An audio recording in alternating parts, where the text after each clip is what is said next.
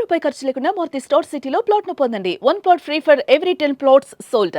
ఉచితంగా ప్లాట్ ను సొంతం చేసుకోండి. ఏం కోరుకుంటున్నారు మీరు? మీకు అంటే ఎటువంటి న్యాయం జరగాలని కోరుకుంటున్నారు? ఈ ఈ ప్రపంచం నుంచి కోరుకునే అంత పెద్ద వ్యక్తిని కాదు. కానీ ఈ రోజు కోరుకోవాలనుకుంటున్నాను సార్. ఎందుకంటే ఎంతో కొంతమంది ఈ రోజు నా అకౌంట్ ఒక 2-3 కోట్ల మంది చూస్తున్నారు నా ఇన్‌స్టాగ్రామ్‌ని. అంతమంది చూస్తున్నారంటే ఏదో ఒక పాయింట్‌లో నేను జెన్యూన్‌గా అనిపించో, లేకపోతే నేను మాట్లాడేది వాళ్ళకి నచ్చో చూస్తారు. లేదా ఇంకేదో కన్సర్న్. కానీ ఇంతమందికి రీచ్ అయ్యే మీడియం ఒకటి వచ్చింది కదా నాకు. ఇప్పుడు మీ ఇంటర్వ్యూ కూడా తక్కువ మంది ఏం చూడరు. నేనైతే క్లారిటీగా ఒకటి చెప్దాం అనుకుంటున్నా సార్. ఇష్టం లేకపోతే విడిపోండి. ఒక వ్యక్తితో కలిసి ఉంటున్నప్పుడు వాళ్ళ ఎమోషన్స్ కూడా మ్యాటరే.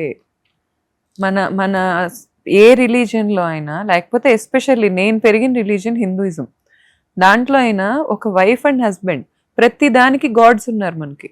రాముడితో సీత ఉంటుంది. ఊరికే పెట్టలా. ఎందుకు పెట్టారంటే ఇద్దరు వ్యక్తులు కలిసి జర్నీ చేస్తున్నారంటే ఇద్దరికి ఇద్దరు గౌరవం ఇచ్చుకోవాలి. అట్లీస్ట్ ఒకరినొకరు హామ్ చేయకూడదు. చేసుకుంటున్నప్పుడు క్లారిటీగా విడిపోమనండి సార్. డివోర్స్ అనేది కామన్ అయిపోయింది కదా. ఆ టైంలో వచ్చేసరికి నేను విడిపోను, నిన్ను వదలలేను, వేరే అమ్మాయి కనపడగానే నేను మర్చిపోతాను, ఎలా కుదిరిద్ది సార్ అది? ఇప్పుడు అదే అంటున్నాడా మీతో? ఇప్పుడు మిమ్మల్ని మీతో డివోర్స్ మీరు అప్లై చేశారా లేకపోతే నేను కంటెస్టెడ్ వేసేసారా ఆల్రెడీ? ఓకే.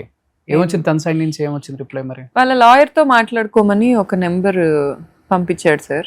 వాళ్ళ లాయర్ నాకు మ్యూచువల్స్ తో పంపించాడు. ఓకే. వాళ్ళ లాయర్ని అప్రోచ్. అదే చెప్తున్నా కదండి సార్, విక్టిమ్ ఇప్పుడు నేను 10 సార్లు తిరిగా పోలీస్ స్టేషన్ కి. ఓకే. ఈ రోజు మీ ఇంటర్వ్యూ ఇచ్చే ముందు కూడా నేను పిఎస్ నుంచి వస్తున్నా.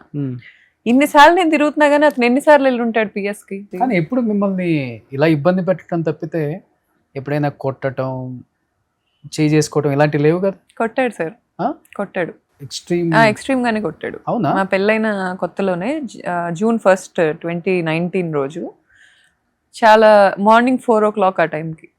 మార్నింగ్ 4 అతనికి ఏదో తిరుపతిలో ఏదో సినిమా షూటింగ్ ఏదో ఉంది అని స్టార్ట్ అవుతున్నాడు. నేను నిద్రపోతున్నాను. ఆ టైంలోనే వాళ్ళ అమ్మ ఏదో ఎక్కించింది ముందు రోజు. వాళ్ళమ్మ సంథింగ్ ఏదో ఎక్కించింది అతను. నాకు క్లారిటీ లేదు. పెళ్ళప్పుడు ఏమైందంటే పెట్టిపోతల్లో చాలా డిస్కషన్స్ జరిగాయి. సారే అంటారు, లేకపోతే అతనికి కార్ పెట్టాలని రూల్ పెట్టారు, అతనికి కొనే గోల్డ్ కానీ, లేకపోతే అతనికి కొనే బట్టలు కానీ, అతను వాళ్ళ అక్కకి ఏదో ఇష్యూ అయితే యూఎస్లో, దానికోసం యూఎస్ వెళ్ళినప్పుడు అక్కడ కొనుక్కుంటా అని చెప్పాడు. సో ఇప్పుడు అక్కడ ఏం కొనుక్కోవాలన్నా అతనికి 1,50,000 2 లక్షలు చిన్న ఇప్పుడు పెళ్లితో కంపేర్ చేస్తే చిన్న ఖర్చులే అవి. పెళ్లి వాళ్ళ ఊర్లోనే చేశారు. ఎందుకు అప్పుడే విడిపోతారని వాళ్ళ నాన్న తెలుసు. కానీ మేడ్ ఫర్ ఈచ్ అదర్ లాగా ఉన్నారండి పెళ్లి ఫోటోలు. మీరు వచ్చే ముందే చూశాను. నేను అదే అనుకున్నాను సార్. చాలా మంచిగా ఉండేవాడు సార్. నేను స్టిల్ ఏదో ఇప్పుడు అతని మీద బురద చల్లాలనుకుంటే లేనిపోని కూడా చెప్పొచ్చు. అతను అసలు ఈ 2వ సినిమా షూటింగ్ స్టార్ట్ అయ్యే ముందు వరకు మరి ముసుగేసుకున్నాడో లేకపోతే ఏంటో నాకు తెలియదు, కానీ ఫ్రెండ్స్ని మోసాలు చేయటం. నా గురించి వదిలేయండి సార్. నా గురించి ఈ రోజు కాకపోతే రేపు మారతాడేమో అని నేను అనుకుంటా. హోప్ ఉందా ఇంకా మీకు? నాకేం లేదు సార్. మరి మారతాడంటే మారితే మంచిదే సార్. మారితే కలిసి ఉంటారా? నేను ఉండను సార్. నా బౌండరీస్ సెట్ అయిపోయి ఫుల్ క్లారిటీ. నేను ఉండటం అనేది జరగదు. ఎందుకు పెళ్లి చేసుకుంటారా? నాకు ఇంట్రెస్ట్ లేదు సార్. నాకు హానెస్ట్ గా ఇంట్రెస్ట్ లేదు. నాకు నా బిడ్డే ప్రైమరీ థింగ్ లైఫ్ లో. అండ్ ఎన్ని రోజులు ఉంటారు సింగిల్ గా? ఏమైతే లైఫ్ లో ఎవరో ఒకరు ఉండాలి కదా తోడు. ఎందుకు ఉండాలి సార్? అదే సరే, అందరూ అలానే ఉంటారా? వచ్చిన వాళ్ళంతా మంచి చెడు షేర్ చేసుకోవడానికి, మనం వెళ్తే ఎలా ఉన్నామని అడగడానికి, తిన్నామని అడిగేవాళ్ళు ఎవరు లేకపోతే మీరు ఒక చిన్న పిల్లోని వేసుకొని ఎన్ని సంవత్సరాలు అలా ఉంటారు? దాని గురించి అతనైతే నాకు చెప్పేశాడు సార్, నేను ఇంకో పెళ్లి చేసుకుంటానని చెప్పేశాడు. చెప్పేశాడు. ఎప్పుడు? ఈ డిస్కషన్ అతను నా క్యారెక్టర్ అసాసినేషన్ స్టార్ట్ చేయక ముందు ఒకసారి కలిసాం మేము ఇద్దరం ఒక కెఫేలో. కలిసిన రోజు చెప్పాడు నాకు, నేను ఉండలేకపోతున్నాను ఒంటరిగా, నేను ఇంకొక అమ్మాయిని పెళ్లి చేసుకుంటా, మరి ఆ బక్రా ఎవరో నాకు తెలీదు, నేను పెళ్లి చేసుకుంటాను, నేను ఒంటరిగా ఉండలేకపోతున్నాను, నేను నీతో ఉండలేనులే, నీకేం కావాలో చెప్పు, నాకేం కావాలో చెప్తాను. సార్ ఇప్పుడు మీ చేతిలో ఫుడ్ తింటుంటే నేను లాక్కున్నాను సార్, మీకు చాలా ఆకలిగా ఉంది, తిరిగి నన్ను అడుగుతున్నారు, నేనంటే ఇష్టం, సో కొట్టలేకపోతున్నారు, చెయ్యెత్తి పవర్ లేక కాదు, ఏడుస్తున్నారు, అర్థిస్తున్నారు, నేను అది పట్టుకొని ఇది నాది, 10 మంది దగ్గరికి వెళ్ళి ఇది నాది, అతను వచ్చి నన్ను అడుక్కుంటున్నాడు అని చూపిస్తే నేను సుపీరియర్నా సార్? ఏంటి సార్ నా క్యారెక్టర్ అక్కడ ప్రూవ్ అవుతుంది? ఒక వ్యక్తి ఆకలిగా ఉన్నప్పుడు లాక్కోవటమా సార్ నాది ప్రూవ్ అవుతుంది? నేను ప్రెగ్నెన్సీలో ఉన్నప్పుడు నా ఫైనాన్షియల్స్ బ్లాక్ చేయటమా అతని క్యారెక్టర్ నాకు ప్రూవ్ అయింది? ఫైనాన్షియల్స్ అన్ని బ్లాక్ చేశారు. అన్ని బ్లాక్ చేశాడు సార్. ఎంత ఉంది మీ బ్యాంక్ బ్యాలెన్స్ అప్పుడు? 0 సార్. ఈ రోజు నేను ఒంటరిదాన్ని, ఈ రోజు నేను మోసపోయిన దాన్ని, ఈ రోజు నేను పెట్టుకుంటున్న బ్రాంచ్కి కూడా నేను అప్పు తెచ్చుకొని పెట్టుకుంటున్నా. ఇన్ని సంవత్సరాలు మేమిద్దరం కలిసి బిల్డ్ చేసుకుని నా హస్బెండ్ అనుకుంటే అతనికి ఒక సొంత ఇల్లు ఉంది, అతనికి ఒక 2 కోట్ల కారు ఉంది, అతను కంప్లీట్గా మొత్తం లాక్కొని అతని దగ్గర పెట్టుకున్నాడు. కానీ అనుకుంటున్నాడు కదండి సార్, ప్రతి రాయి నా మీద వేసేసి నేనేదో నన్ను పాతి పెట్టేశాను అనుకుంటున్నాడు కదా. ఆ ప్రతి రాయితో నేను కోట కడతాను, ఆ మాట గుర్తుపెట్టుకోండి. ఏంటిది మీ బ్యాంక్ బ్యాలెన్స్ ఏంటి ప్రస్తుతం? 0 సార్. ఇప్పుడు కూడా 100% సార్. మీరే అన్నారు నేను చాలా ప్రీమియం కార్ లో వచ్చాను సార్. అంటే సార్ కార్లు పంచుకున్నాం సార్ జనవరిలో. ఏం కార్ వచ్చింది మీకు? ఎందుకు సార్ ఆ డీటెయిల్స్? ఊరికే అడుగుతున్నాను. మా ఇద్దరి దగ్గర 2 లగ్జరీ కార్లు ఉన్నాయి. తనకి 2 కోట్ల కార్ అన్నారు. పేర్లు తీయాలనుకోవట్లేదు సార్. మేము కొనుక్కున్న వాటిలో 2 లగ్జరీ కార్స్ ఉన్నాయి, 2 నార్మల్ కార్స్ ఉన్నాయి. ఓకే. సో 2 అతను ఉంచుకున్నాడు, 2 నేను ఉంచుకున్నాను. ఉంటుంది, దాని మెయింటెనెన్స్ ఉంటది కదా ప్రీమియం కార్ అంటే. ఆ తర్వాత నేను బైక్ కొనుక్కున్నాను, అది ప్రీమియం బైకే. దానికి నేనే ఈఎంఐస్ కట్టుకుంటున్నా. ఇప్పుడు నేను తెచ్చుకున్న కార్లకు నేనే ఈఎంఐలు కట్టుకుంటున్నా. ఇంతకుముందు ఈఎంఐలు నేను కట్టేదాన్ని. ఏది కూడా అతను నాకేదో వైఫ్ అనే పాయింట్ తో ఇవ్వలా, నేను ఉన్నా కాబట్టే ఇచ్చాడు. అందులో ఇల్లు ఒక్కటే ఇవ్వలేదు. ఇల్లు సార్ ఇప్పుడు ప్రాపర్టీస్ కొనుక్కున్నాను సార్ మేము ఇద్దరం కలిసి ఉన్నప్పుడు. అవన్నీ అతని పేరు మీదే ఉన్నాయి, అతని దగ్గరే ఉన్నాయి. నాకు వద్దు కూడా. ఓకే. నేను ఈరోజు చెప్తున్నా కదా నాకు వద్దు, ఇది నా అంతం అనుకుంటున్నాడు కదా, అనుకొని మురిసిపోనివ్వండి. ఒక ఎంపైర్ కట్టిందాన్ని ఇంకో ఎంపైర్ కట్టలేను అనుకుంటున్నాడు కదా, చూడమనండి. ఇది నేను రివెంజ్తో చెప్పట్లా, నన్ను అంత అండర్ఎస్టిమేట్ చేశాడు కదా, చూసి తెలుసుకుంటాడు. అతన్ని తయారు చేసింది నేను తయారు చేసుకోలేనా సార్? అంటే నేను అంత వీకా? అంత వీక్ అయినప్పుడు ఇంకెందుకు సార్ బతకటం అంటే ఊపిరి పీల్చుకోవటమా? బతకటం అంటే ఎదుటోళ్ళని తట్టుకొని ముందుకెళ్ళటం. ఆ రాళ్ళు నా మీద వేస్తున్నాడు కదా, వాటి మీద నడుస్తా నేను. జీవితాన్ని బాగా చదివారండి. నాకు తెలియదు ఈ 13 సంవత్సరాల్లో వచ్చిన ఎక్స్పీరియన్స్ మేబీ మిమ్మల్ని ఇలా నాటు తెల్లలో చేసిందో ఏంటో తెలియదు కానీ, బట్ జీవితం గురించి అయితే సో మీకు క్లారిటీ వచ్చింది. నాకు క్లారిటీ. జీవితంలో ఏదన్నా జరిగితే చనిపోవటం ఒకటే సొల్యూషన్ కాదు, బతికి మనం ఏంటో ప్రూవ్ చేసి సొసైటీకి, సమాజానికి, మనం అనుకునే వాళ్ళకి ఇద్దరా నేనంటే అని చూపించేదే జీవితం అనేది. సార్ ఈ రోజు నేను ఇలా బయటకు వచ్చి మాట్లాడుతుంది ఇన్ని వేల కళ్ళు చూస్తున్నాయి, కానీ నేను డోర్లు వేసుకొని కింద కూర్చొని ఏడ్చిని. నేనెంతో ప్రేమిస్తాను నన్ను.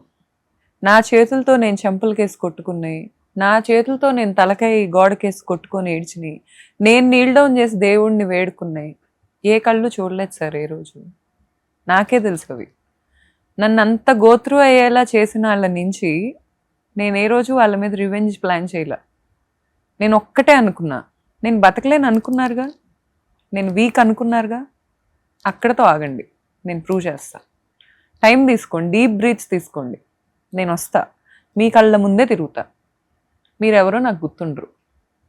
ఏంటి సార్ లైఫ్ ఎందుకు ఆగిపోవాలి సార్? అసలు లైఫ్ నేను ఆగిపోతే నా బిడ్డ ఏం నేర్చుకుంటాడు సార్? నన్ను చూసి ఏం నేర్చుకుంటాడు?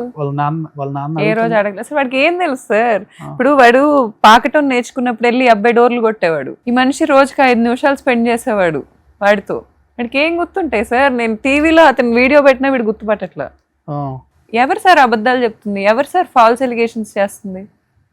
నాకు కొంతమందికి అంటగడుతున్నాడు. రమ్మనండి సార్, నేను కూర్చొని ప్రూవ్ చేస్తాను. మా చాట్లు ఓపెన్ చేసి ఇస్తాను, చదువుకోమనండి. అతన్ని ఇవ్వమనండి.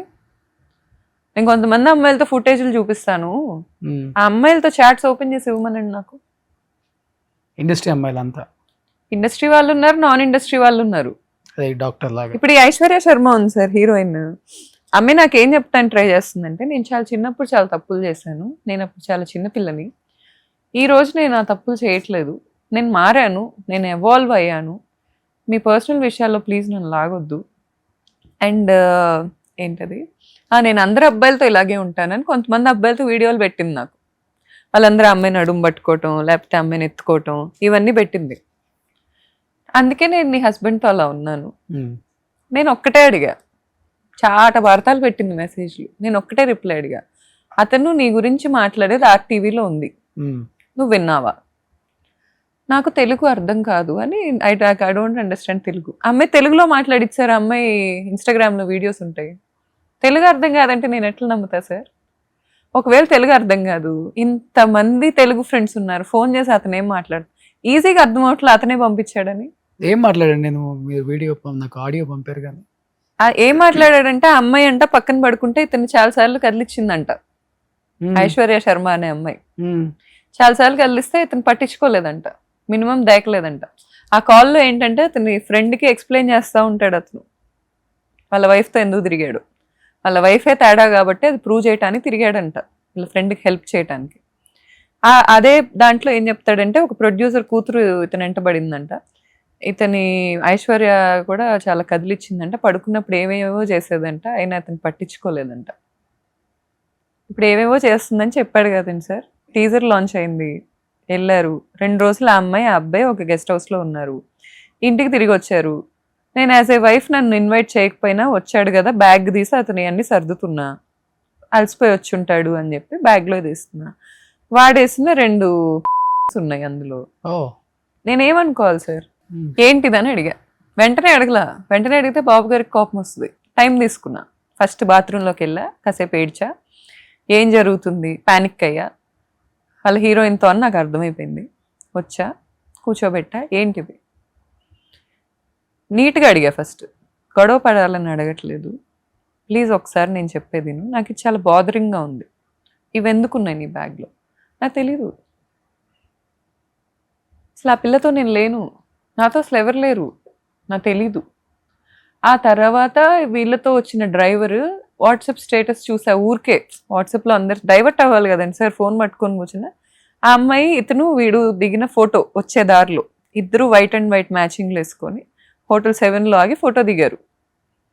ఆ అమ్మాయి ఒక కార్ కొనిస్తే ఆ కార్ తీసుకొచ్చి నా బిడ్డకి ఇస్తున్నాడు ఇతను, తీసుకోమని. వీళ్ళ ప్రీమియర్ మూవీకి నేను వెళ్తే నాకు చూపించాడు సినిమా, ఫస్ట్ నాకే చూపించాడు, చూపించి చెప్తాడు, నువ్వు మార్కెటింగ్లో నీ ఇలాంటి తోపు నాకు ఎవరు తగలట్లా, నువ్వు మార్కెటింగ్ పర్సన్గా చూడు సినిమా, నువ్వని చూపించట్లా, నేను నీకేదో వాల్యూ ఇచ్చి చూపించట్లా, నువ్వు మార్కెటింగ్ ఏం చేయాలో చెప్పు నాకు ఇది చూసి. నేను అన్న వర్కర్నా సార్, నాకు అర్థం కాదు, నువ్వు నాకు వైఫ్గా వాల్యూ ఉన్నప్పుడు అసలు నీ సినిమా నేనెందుకు చూస్తా, నా ఫేవరెట్ హీరో మహేష్ బాబు, వెళ్ళి మహేష్ బాబు సినిమా చూస్తా కానీ నీ సినిమా నేనెందుకు చూస్తా కూర్చొని, నువ్వు హస్బెండ్ వన్ కదా నేను చూస్తుంది, నువ్వు కూర్చోబెట్టి నువ్వు వైఫ్ అని కాదు చూపిస్తుంది, మార్కెటింగ్ పర్సన్వి అంటే ఏంటది. ఇవన్నీ తెలిసి ఎందుకు ఒక బిడ్డని అన్నారు మీరు? బిడ్డని కన్నాకే ఓపెన్ అయింది సార్, ప్రెగ్నెన్సీ తెలుసు కదా కొన్ని సార్, నన్ను ముందు ఓపెన్ అవ్వలేదు. ఇంత జర్నీలో అసలు తెలియదు నాకు ఇప్పుడే తెలిసింది అంటే గౌతమి గారు ఎవ్వరు నంబర్ పోండి సార్, ఎవరు నమ్మించారు సార్? నేను ఇన్ని సంవత్సరాల జర్నీలో సార్ ఒక 6 నెలల్లో నాకు మొత్తం తెలిసిపోయింది. ఈ 12.5 సంవత్సరాలలో శ్రీరామచంద్రుడు అనలా నేను అది నేను చెప్తాను అనలేదు. నాకు MBA చదువుతున్నప్పుడు వీళ్ళ అమ్మోళ్ళ ఫ్రెండ్ కూతురు ఒక అమ్మాయి అప్రోచ్ అయింది, నన్ను కదిలిస్తున్నాడు అని చెప్పింది. నేను ఆ రోజు అడిగితే అమ్మాయికి కాన్ఫరెన్స్ పెట్టాడు, అమ్మాయిని తిట్టాడు, బ్లాక్ చేశాడు, అయిపోయింది. తర్వాత వీళ్ళ మరదలో ఒకటి వచ్చింది, వీడిని కలవటం నా పీడకల, నువ్వు ఉన్నావని కూడా చెప్పలే లైఫ్లో, నా జీవితంతో ఆడుకున్నాడు అంది. ఆ రోజు నేను ఇతన్ని అడిగా, ఇది పెళ్లి అయిన తర్వాత 3వ రోజు జరిగింది. అడిగితే మా ఇంట్లో చెప్పొద్దు ప్లీజ్ ప్లీజ్ ప్లీజ్ అన్నాడు. తర్వాత ఆ అమ్మాయి నన్ను కదిలిచ్చింది, నన్ను చావగొట్టింది, ఒకసారి కలిసాక బ్లాక్ చేస్తా అన్నాడు. ఫర్గ్యూ చేశా, ఇంకెప్పుడు ఇలా చేయకు.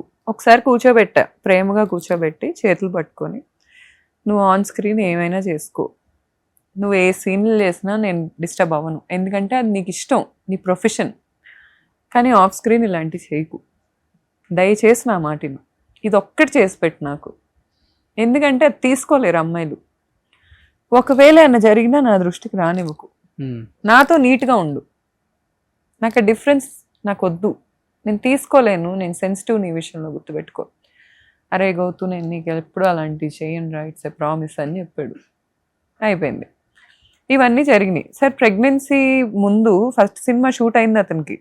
వాళ్ళ హీరోయిన్ ఏం చెప్తుంది తెలుసా నాకు, షూట్లో కూర్చుంటే గౌతమి అంటుంటాడు, మా గౌతు అలా చేసింది, ఈ బ్రాంచ్ అలా డెవలప్ చేసింది, ఈ బ్రాండ్ ఇలా డెవలప్ చేసింది. ఆ ఇంటర్వ్యూస్లో చెప్పాడు సార్, ఫస్ట్ సినిమా అయ్యాక ఇంటర్వ్యూలో చెప్పాడు, నేను ఇలా ఉన్నానంటే నా గౌతు కారణం, వైఫ్ అని చెప్పలా, మళ్ళీ నా బెస్ట్ ఫ్రెండ్ గౌతుయే కారణం, ఇదంతా తను చూసుకుంటుంది కాబట్టే నేను వచ్చి ఇక్కడ చేసుకోగలుగుతున్నాను. ఆ రోజు ఉన్న ప్రేమ ఇప్పుడు ఎందుకు లేదంటే సార్, ఆ రోజు మాకు ఇంత ఇన్కమ్ లేదు, డబ్బు పెరిగే కొద్దీ క్యారెక్టర్ బయటపడింది. ఓ అండ్ మోర్ ఓవర్ వాళ్ళ ఫాదర్ ఇన్వాల్వ్మెంట్. సార్ మా విజయవాడ బ్రాంచ్ నుంచి వాళ్ళ ఫాదర్ ఇల్లీగల్ ఎఫ్ఐఆర్కి ప్రతి నెల 50,000 వెళ్తాయి సార్. వాళ్ళ అమ్మ అంట పోలీస్ స్టేషన్లో కూర్చొని కేసు అంతా అయ్యాక మహేష్ వాళ్ళ అమ్మ భార్యలే మార్చుకోవాలండి భర్తల్ని, అది ఆ అమ్మాయి చేతిలోనే ఉంటుంది, ఎందుకు ఇట్లా చేస్తుందో అర్థంగా అట్లా అనిందంట. మరి ఈవెందుకు వాళ్ళ హస్బెండ్ మార్చుకోలేకపోయింది సార్? మార్చుకోవాలి కదా. ఆమెకులేని టాలెంట్ నాకు ఎక్కడి నుంచి వస్తుంది సార్? నేను ఏమన్నా వేరే ప్లానెట్ నుంచి ఊడిపడ్డానా? వాళ్ళ ఫాదర్ నా మార్చుకొని ఆ మాట చెప్పుంటే నేను కూడా నిజంగానే నేనే తేడా, నేను మార్చుకోలేకపోయా అనుకుంటా. ఎందుకు మార్చుకోలేదు సార్? మరి వాళ్ళ ఫాదర్ స్టిల్ ఎందుకు విజయవాడ బ్రాంచ్ నుంచి 50,000 పంపిస్తున్నారు? అవసరం ఏంటి?